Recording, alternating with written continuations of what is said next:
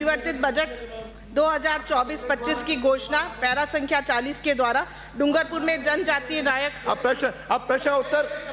No no no, अगला प्रश्न हो गया। बैठिए, अंकित नहीं हो, बैठिए बैठिए। किसी और को अनुमति नहीं है, विपक्ष के अलावा अनुमति नहीं है।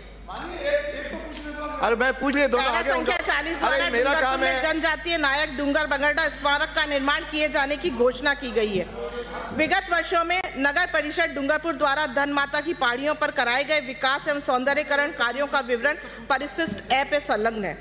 खंड 2, डूंगरपुर जिला मुख्यालय पर रोडवेज बस स्टैंड के पास तिराहे पर राजा डूंगर बरंडा की प्रतिभा स्थापित किए जाने संबंधी कोई प्रस्ताव वर्तमान में विचाराधीन नहीं है। प्रतिभा स्थापित किए जाने संबंधी प्राप्त प्रस्तावों पर प्रचलित नियमों दिशा निर्देशों के आधार पर निर्णित किया जाता है। खंड 3, जी हां, सरकार द्वारा डूंगरपुर जिले में पर्यटक को बढ़ावा देने की दृष्टि से वर्ष 2024-25 के बजट संबंध में प्रस्तुत वक्तव्य के पैरा संख्या 53 के अंतर्गत आस्था केंद्र वेणेश्वर धाम डूंगरपुर के विकास कार्य करवाए जाने की घोषणा की गई है।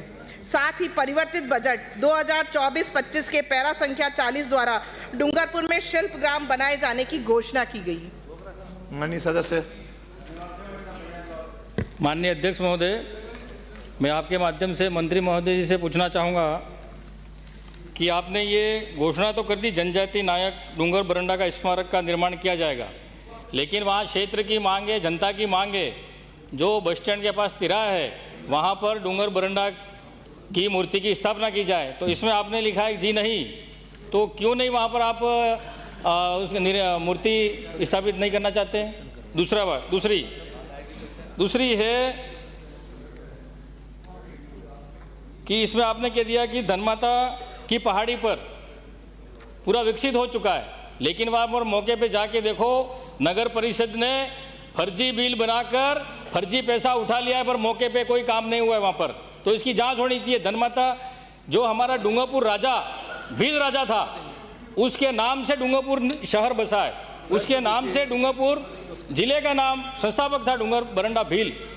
तो वहाँ पर धन की और काल की 2 रानियां थी, वो वहाँ पर जोहर हुई। प्रश्न पूछिए। प्रश्न यही पूछ रहा हूँ, वहाँ पर विकास नहीं हुआ है, तो आप क्या विकास करना चाहते हैं या नहीं चाहते? और मूर्ति वहाँ पर तिराहे पे स्थापित क्यों नहीं करना चाहते? और तीसरी बात है, उत्तर आने दीजिए माननीय मंत्री जी।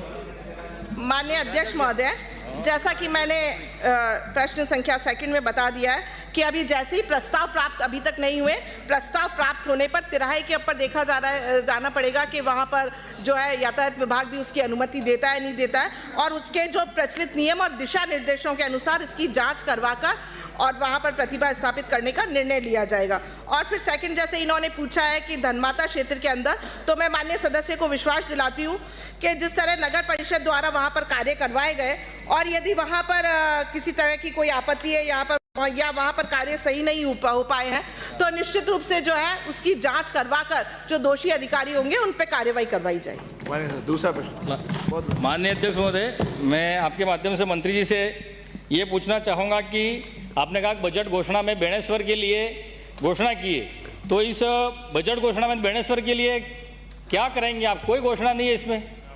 दूसरी बात, देव सोमनाथ, जो एक रात में देव सोमनाथ मंदिर बनाए, उसके लिए भी कोई घोषणा नहीं की है, लेकिन जनजाति पर भारतीय जनता पार्टी ने बजट में कोई घोषणा नहीं की है। बैठिए। प्रश्न। अब माननीय सदस्य